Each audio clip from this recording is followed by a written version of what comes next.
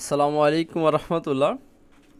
আমরা advocacy stage, এটা final stage, এবং সেটার কন্টেন্ট নিয়ে আলোচনা করব।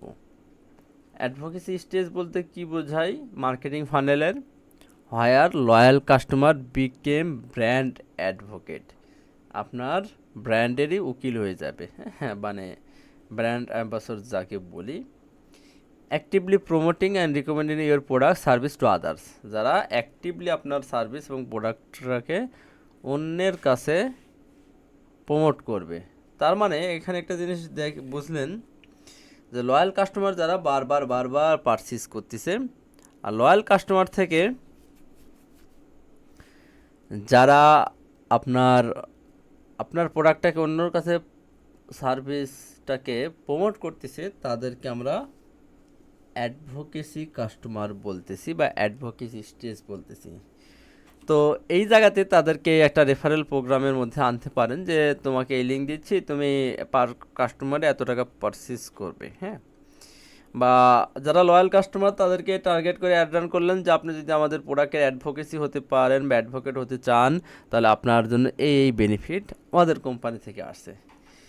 তো এইভাবে কন্টেন্ট ডিজাইন করতে পারেন। এখানে কয়েকটা content: user generate content, encourage satisfy customer, create share content their experience with your brand, testimonial review, photo, social proof দিতে পারেন, রেফারেল প্রোগ্রাম দিতে পারেন, সোশ্যাল প্রুফ দিতে পারেন, অ্যাডভোকেট স্টোরিজ দিতে পারেন, অ্যাডভোকেসি ক্যাম্পেইন করতে পারেন, কমিউনিটি বিল্ডিং করতে পারেন, ইনফ্লুয়েন্সার পার্টনারশিপ করতে পারেন, কাস্টমার অ্যাপ্লিকেশন ইভেন্ট করতে পারেন, এডুকেশনাল কন্টেন্ট দিতে পারেন, কন্টিনিউয়াস এঙ্গেজমেন্ট দিতে পারেন।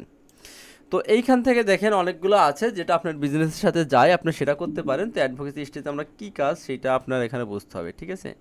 তো অ্যাডভোকেসি স্টেজে আপনি আপনার কাস্টমারদেরকে বা আপনার লয়াল কাস্টমার থেকে আপনি তাদেরকে মার্কেটার হিসেবে নিয়োগ করবেন, ঠিক আছে?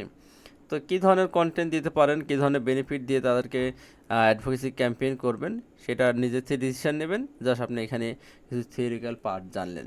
এই জিনিসগুলো আমরা আস্তে আস্তে ইমপ্লিমেন্ট করব, ঠিক আছে? সবাই এই পর্যন্ত ভালো থাকেন আর ইমপ্লিমেন্ট করতে থাকেন নিজের মতো করে, কারণ আপনার নিজের বিজনেস নিজের মতো করেই করবেন। তো এখানে আমি সব কিছু আলোচনা করেছি, এখন এগুলা স্টাডি করে নিজের বিজনেসের জন্য করেন। আমি হয়তো আপনাকে একটা থিওরিক্যালটি দেখাবো, বাট সেটা আপনার বিজনেসের জন্য না, আমার নিজের বিজনেসের জন্য। তাই নিজের বিজনেসের জন্য নিজে করেন। হয়তো আপনি এক কাজ করতে পারবেন যে আপনার ফানেলটা তৈরি করে, কন্টেন্ট তৈরি করে আমার সাথে আপনি কানেক্ট হতে পারবেন, আমার থেকে একটা কনসালটেশন নিতে পারবেন।